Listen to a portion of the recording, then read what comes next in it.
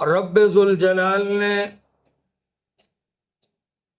ثقلین یعنی انس اور جنات کے لیے اس دنیا میں زندگی گزارنے کا جو ضابطہ عطا کیا ہے وہ اسلام ہے۔ ان الدین عند اللہ الاسلام کی ایک مکمل ضابطۂ حیات ہے کہ جس کو ایک انسان یا جن قبول کر کے زندگی کے تمام تر شعبہ جات میں ایک کامیاب زندگی وہ گزار سکتا ہے،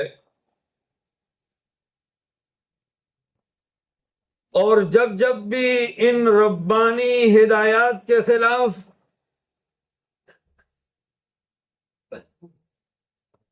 کوئی نیا ضابطہ یا نئی کاوشیں ہوں گی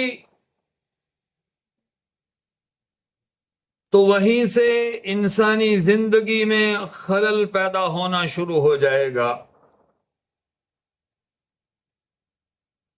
اور اسی لیے اللہ رب العزت نے اسلام کی بتائی ہوئی تعلیمات کے علاوہ کوئی بھی قانون ہو، کوئی بھی دستور ہو، اس کو رد کیا ہے کہ فَمَن يَبْتَغِ غَيْرَ الْإِسْلَامِ دِينًا فَلَن يُقْبَلَ مِنْهُ۔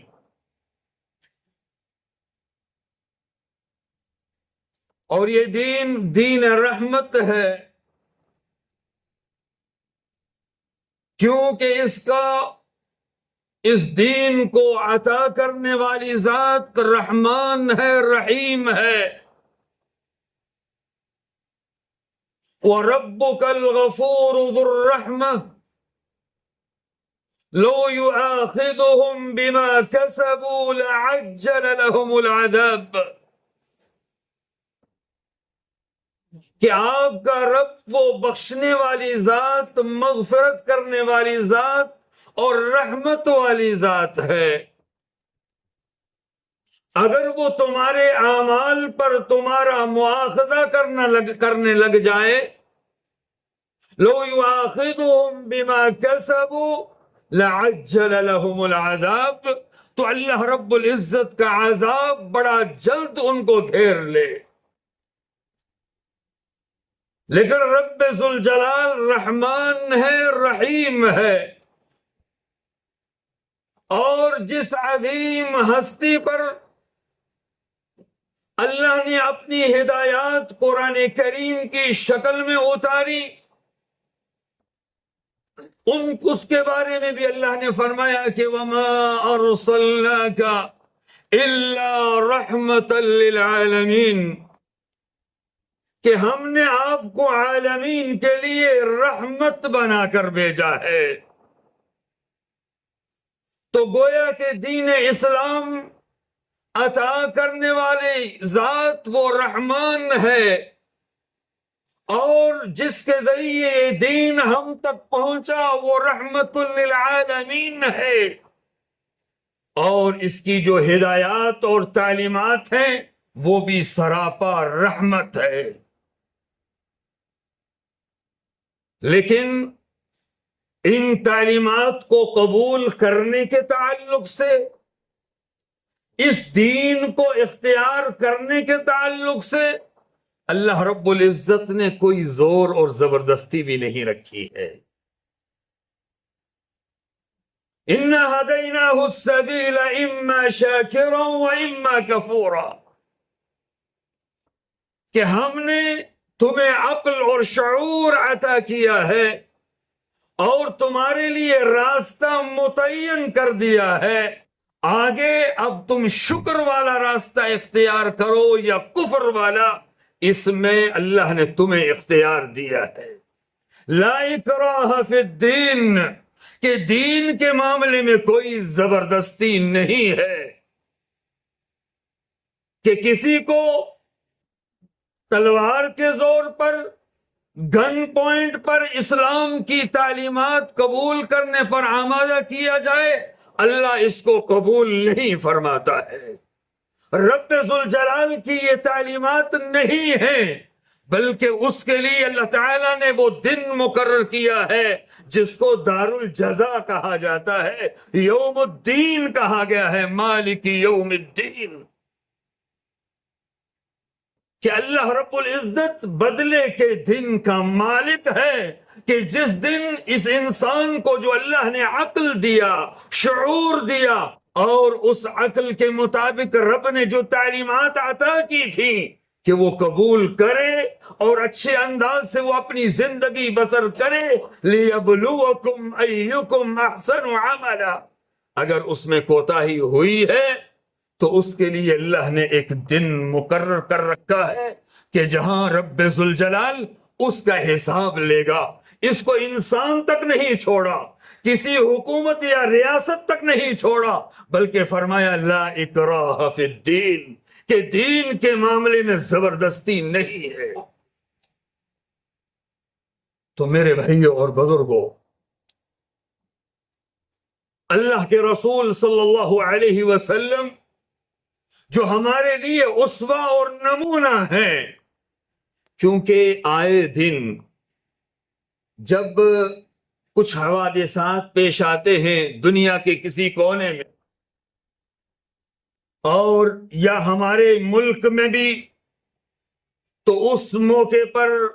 اسلام کو بدنام کرنے کی ہر ممکن کوشش کی جاتی ہے۔ ایسے حوادثات کرنے والے، یہ جو فساد پھیلانے کا جو عمل ہے، وہ کس دین سے، کس تحریک سے، کس چیز سے وابستہ ہے؟ قطع نظر اس کے ٹارگٹ جو ہے وہ اسلام کو کیا جاتا ہے۔ تو اس پہلو سے ہمارا یہ فرض ہے، یہ ذمہ داری ہے کہ اسلام کے پرامن پیغام کو اور اسلام لانے والی پررحمت ذات کو ہم خود بھی جانیں اور لوگوں تک اس کی پہچان کروائیں، میرے بھائیوں اور بزرگوں۔ اور اس پہلو سے جو دوسرا معاملہ ہے، حالانکہ اس تعلق سے جو قرآنی ہدایات ہیں کہ جہاں اسلام امن کی تعلیم دیتا ہے، پرامن زندگی گزارنے کا سلیقہ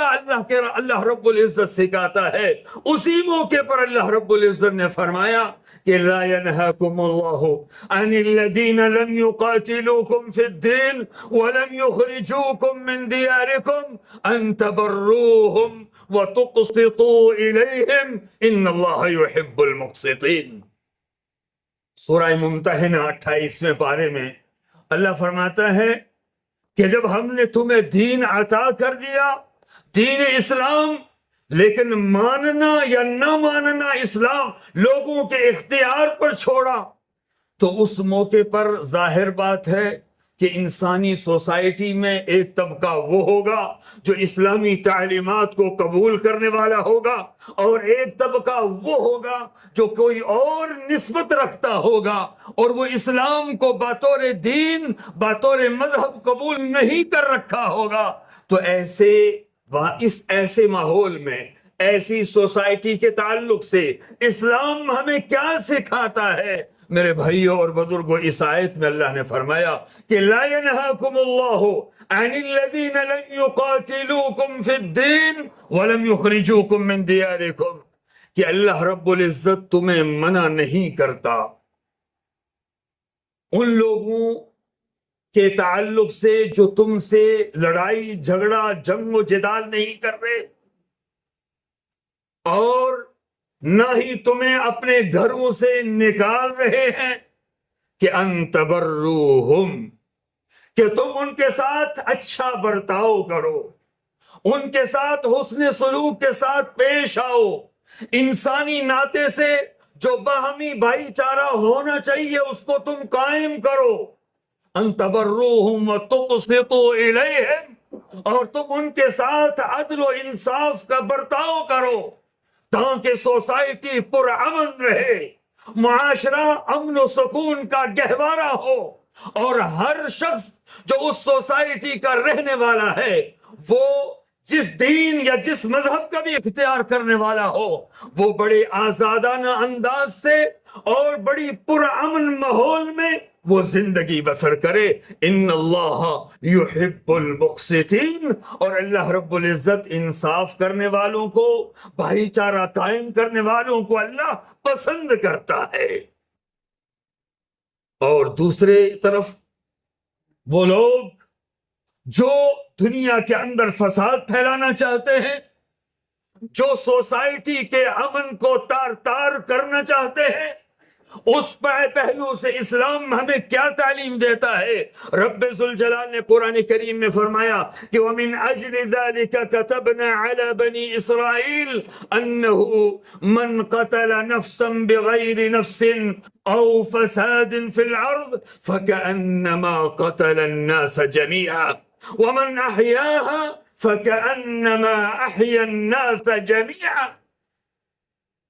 کہ اسی لیے ہم نے بنو اسرائیل کو یہ تعلیم دی تھی، ان پر یہ فرض قرار دیا تھا کہ جو شخص کسی کو قصاصاً قتل نہیں کر رہا بلکہ بلا وجہ قتل کر رہا ہے، یا زمین میں فساد پھیلانے کی غرض سے کہ تاکہ امن سوسائٹی کا چاہتا رہے، معاشرے کے اندر فساد دہشت پھیل جائے، تو اس بارے میں اللہ نے فرمایا فَسَادٍ فِي الْأَرْضِ فَكَأَنَّمَا قَتَلَ النَّاسَ جَمِيعًا، تو گویا کہ وہ پوری انسانیت کا قتل کر رہا ہے۔ وَمَنْ أَحْيَاهَا فَكَأَنَّمَا أَحْيَا النَّاسَ جَمِيعًا، اور جو اس معاملے میں کہ جب کوئی فساد پھیلانے کی کوشش کر رہا ہو لیکن وہ کسی کی جان کے تحفظ میں آگے بڑھ کر کسی کی جان کی حفاظت کر رہا ہے، تو اللہ نے فرمایا فَكَأَنَّمَا أَحْيَا النَّاسَ جَمِيعًا، کہ گویا کہ وہ پوری انسانیت کو زندگی عطا کر رہا ہے۔ یہ اسلام کی وہ آفاقی تعلیمات ہیں کہ جن سے دشمنان اسلام غفلت جان بوجھ کر، غفلت برت کر اسلام کو بدنام کرنے کی سازش کرتے ہیں۔ ابھی جو 2 دن پہلے بڑا اندوہناک جو واقعہ ہمارے کشمیر میں پیش آیا پہلگام کے موقع پر، دونوں علامتیں وہاں موجود ہیں میرے بھائی اور بزرگوں۔ ایک وہ فسادی ٹولہ تھا، وہ کس مذہب والے تھے، کس دین والے تھے، اس کا اسلام سے کوئی تعلق نہیں ہے، کہ انہوں نے بے گناہوں کو جو اس علاقے کی خوبصورتی کو دیکھنے کے لیے آئے تھے، مختلف ادیان میں، اس میں مسلمان بھی تھے، غیر مسلم بھی تھے، ہندوستان کے بھی تھے، باہر کے بھی تھے، ان پر دہشتانہ انداز سے گولیاں چلا کر ان کی جان لی گئی۔ اس کی جتنی بھی مذمت کی جائے، کیونکہ بھی کوئی بھی، اسلام تو اسلام ہے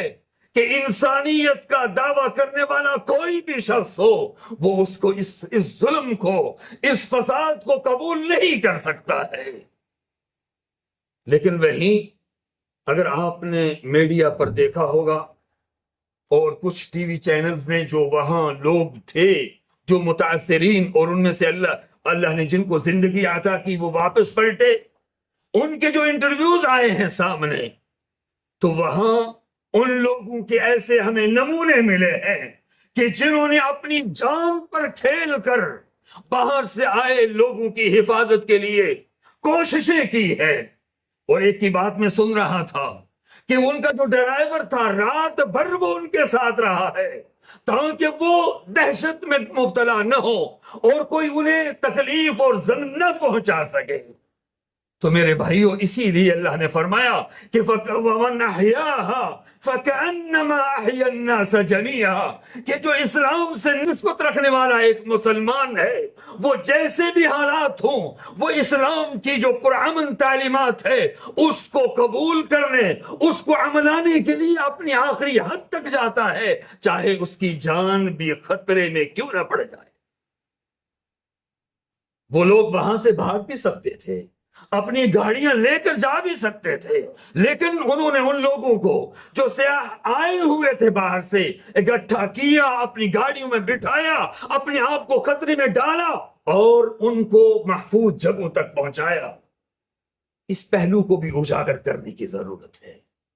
اس پہلو کو بھی سوسائٹی میں رکھنے کی ضرورت ہے۔ اور وہ لوگ جو اسلام کے یا مسلمانوں کے خلاف یا کشمیر کی جو پرامن فضا ہے اس پرامن فضا کو داغدار کرنے کے لیے میڈیا پر بیٹھ کر مختلف قسم کے بیانات دیتے ہیں، ہم ان کی بھی مذمت کرتے ہیں۔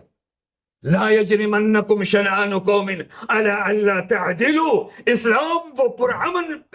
دین ہے کہ جس نے کہا کہ تمہاری دشمنی، تمہارا بغض کہیں تمہیں عدل سے دور نہ کر دے،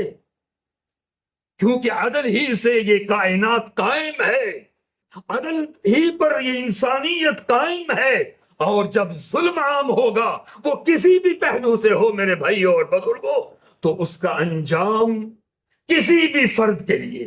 کسی بھی دین والے کے لیے بھی، سوسائٹی کے کسی بھی شخص کے لیے اس کا انجام جو ہے وہ خیر والا نہیں ہو سکتا ہے۔ تو اس پہلو سے ہمیں جو ہے وہ بیدار رہنے کی ضرورت ہے، کیونکہ جب یہ حادثہ پیش آیا اور یہاں میں ایک دینی ذمہ دار ہونے کی حیثیت سے خود بھی اور جتنے بھی ادیان کہ ماننے والے جو دینی اعتبار سے جو ان کے رہنما ہیں، وہ ہندوازم ہو یا دیگر ادیان کے ماننے والے، میں ان کے لیڈران اور ان کے ذمہ داران اور جو ان کی دینی قیادت ہے ان کو بھی میں مخاطب ہو کے یہ کہنا چاہتا ہوں اس اسٹیج سے کہ ہمیں اس ماحول میں بڑا ذمہ دارانہ کردار ادا کرنا ہے، کیونکہ کل ہی ایک معاملہ، ایک انٹرویو جو ہے وہ دینے والا ایک دینی رہبر ہے وہ، اور وہ کہہ رہا ہے کہ کشمیر میں بھی وہی ماحول کرنا چاہیے جو اسرائیل نے فلسطین میں مسلمانوں کا کر رکھا ہے۔ اگر یہ ماحول دوسری طرف سے پیدا ہوگا تو میرے بھائیوں اور بزرگوں وہ بھائی چارہ،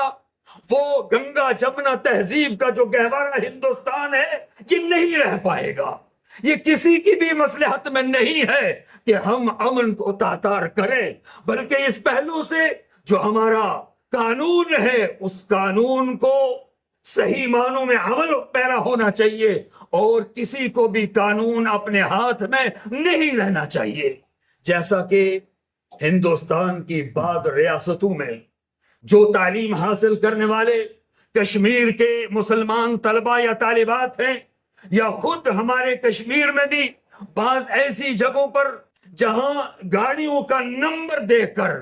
اس مال اور جائیداد کو نقصان پہنچانے کی کوشش کی گئی ہے، میرے بھائیوں اور بزرگوں یہ ہے کہ قانون کو ہاتھ میں لینا، اور ہمارا دین بھی اس کی اجازت نہیں دیتا، اور یہاں کا قانون اور قانون کے رکھوالے جو ہیں محافظ ہیں ان کی بھی یہ ذمہ داری ہے کہ قانون کو اپنے ہاتھ میں رکھیں، اور اگر لوگوں کے ہاتھوں میں قانون چلا گیا تو ایسی صورت میں بھی ہمارے معاشرے کا امن جو ہے وہ برقرار نہیں رہ سکتا ہے۔ تو بات چل رہی تھی اسلام کی پرامن تعلیمات کی، تو میرے بھائیوں اس کا جو عملی نمونہ ہمارے لیے جناب محمد الرسول اللہ صلی اللہ علیہ وسلم کی ذات گرامی ہے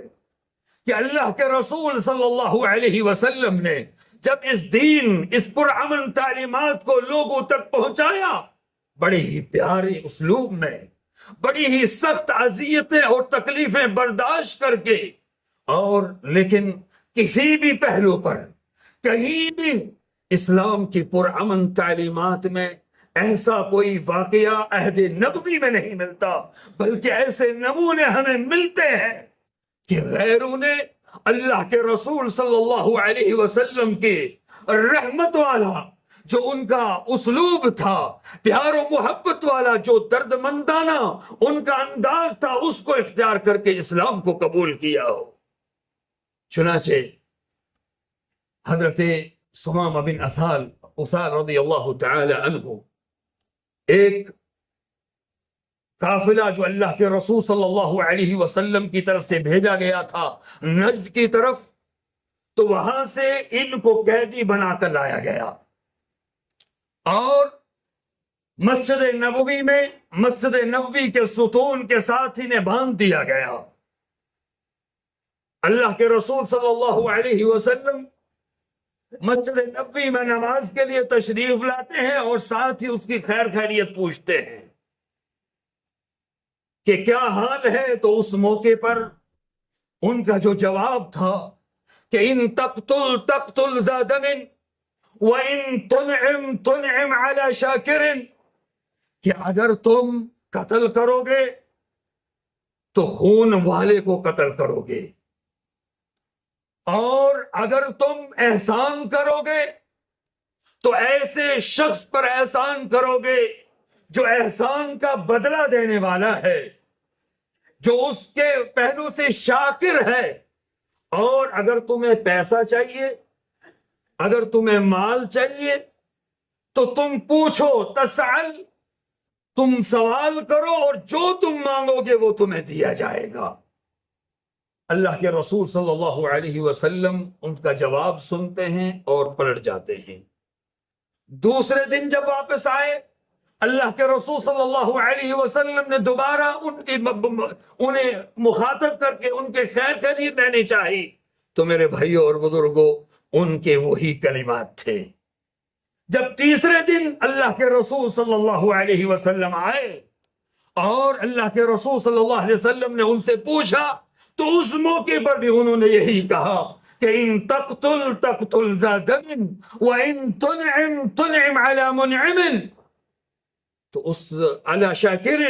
تو اس موقع پر اللہ کے رسول صلی اللہ علیہ وسلم نے صحابہ کرام رضوان اللہ علیہم اجمعین کو حکم دیا کہ اس کو چھوڑ دو۔ حضرت ثمامہ بن اسال رضی اللہ تعالی عنہ جو مسلمان نہیں ہوئے تھے اس وقت، مسجد نبوی سے نکلتے ہیں اور مدینہ سے باہر جا کر غسل کرتے ہیں اور واپس آ کر اللہ کے رسول صلی اللہ علیہ وسلم کی دربار میں حاضر ہو کر فرماتے ہیں، اشہد اللہ الہ الا اللہ واشہد ان محمدًا عبدہ ورسولہ۔ اسلام قبول کرتے ہوئے اس موقع پر اللہ کے رسول صلی اللہ علیہ وسلم کو مخاطب کر کے فرمایا کہ ما كان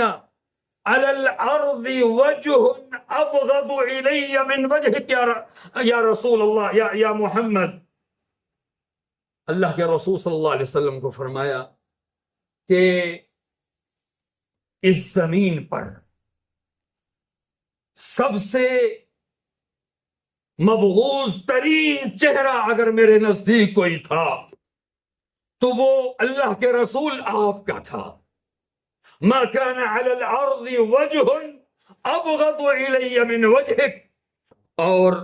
فقد اصبح وجهك احب الوجوه كلها الي،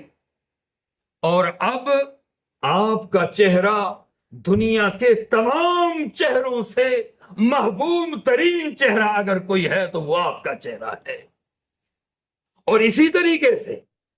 حضرت ثمامہ نے فرمایا کہ آپ کا شہر سب سے مبغوض ترین شہروں میں سے اگر کوئی شہر یا بستی تھی تو وہ آپ کی بستی تھی، اور اب دنیا کی سب سے محبوب ترین بستی اگر کوئی ہے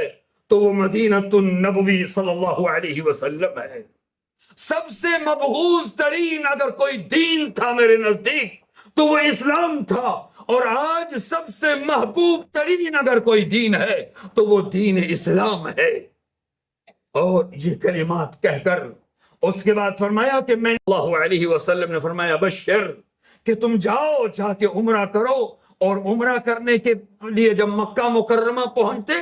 تو اس وقت مکہ والوں نے حضرت سمامہ کو مخاطب کرتے ہو فرمایا سبعوت یا سمامہ، اے سمامہ تو بددین ہو گیا ہے۔ کہا نہیں، میں بددین نہیں ہوا، بلکہ اسلمت علی رسول اللہ صلی اللہ علیہ وسلم، بلکہ میں اللہ کے رسول صلی اللہ علیہ وسلم کے دین کو میں نے اختیار کیا ہے۔ اور آج کے بعد نجد سے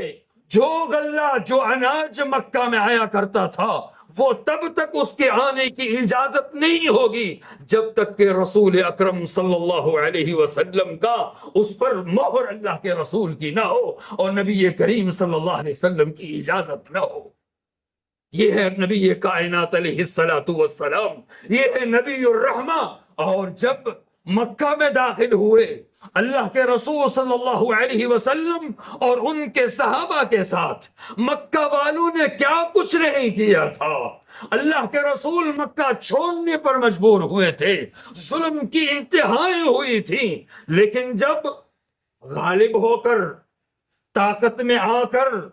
مکہ مکرمہ پہنچتے ہیں اور وہ تمام ان کے سامنے تھے، اگر چاہتے تو وہ ایک ایک سے بدلہ لے سکتے تھے، لیکن اس موقع پر بھی اللہ کے رسول صلی اللہ علیہ وسلم نے معافی کا عام اعلان فرمایا کہ لا تثریب علیکم اليوم انتم الطلقاء، آج تم پر کوئی سرزنش نہیں ہے، تم سب کے سب آزاد ہو۔ یہ ہے ہمارے دین والے، یہ ہے دین اسلام کے لانے والے جناب محمد الرسول اللہ صلی اللہ علیہ وسلم، اور یہ ہے ان کی پرامن تعلیمات۔ تو میرے بھائیوں اور بزرگوں، اسلامی احکامات اور اسلامی تعلیمات کو جاننا اور اس کو دوسروں تک پہنچانا یہ ہماری ذمہ داری ہے۔ اور اس پہلو سے جب بھی کہیں اسلام کو بدنام کرنے کی اگر کوششیں اور سازشیں ہوں تو ایسی صورت میں اس کی پرامن تعلیمات کو اجاگر کرنا یہ ہمارے فرائض میں سے ہے۔ اور اس دنیا میں بھی پرامن فضائیں تبھی قائم ہو سکتی ہے جب وہاں عدل ہوگا، اور اگر جو بھی جہاں بھی جس انداز کے دہشت گردانہ جو واقعات پیش آئیں وہ دہشت گرد کسی مذہب یا دین کے ماننے والے نہیں ہوتے، اور وہ چاہے زبان سے دہشت پھیلائی جا رہی ہو یا ریاستی سطح پر جیسا کہ فلسطین کے مسلمانوں اور وہاں کے بچوں اور خواتین کو جو قتل عام کیا جا رہا ہے اس انداز کی فضا قائم ہو، تو میرے بھائیوں اور بزرگوں پھر اگر کوئی یہ کہے کہ امن عام ہو جائے تو ایسا ممکن نہیں ہوتا ہے۔ ہمیں اس دنیا کے اندر یا دنیاوی نظام میں عدل کو قائم کرنا ہے کہ جس سے جو زیادتی ہو اور جو ظلم ہو، جیسا کہ پہلگام کے اندودناک واقعے میں پیش آیا، ہم پوری ذمہ داری کے ساتھ ریاستی جو قوانین ہیں اور ریاست کے جو رکھوالے ہیں ان سے بھی ہم کہتے ہیں کہ ان کو کیفر کردار تک پہنچایا جائے جس نے یہاں کی پرامن فضا کو جو ہے وہ داغدار کرنے کی کوشش کی ہے۔ اور اس پہلو سے جو اس قانون کا جو دائرہ ہے اس میں قانون کو اپنا کام کرنا چاہیے اور اس میں عدل اور انصاف کا معاملہ پیش سامنے رکھنا چاہیے۔ اللہ رب العزت ہمیں، آپ کو، ہم سب کو اسلامی تعلیمات کو اختیار کرنے کی توفیق عطا فرمائے، پرامن جو اسلامی احکامات ہیں ان کو اللہ ہمیں عام کرنے کی توفیق عطا فرمائے، اور اللہ رب العزت ہمیں رسول اکرم صلی اللہ علیہ وسلم کی تعلیمات کے مطابق زندگی بسر کرنے کی اللہ ہمیں توفیق عطا فرمائے۔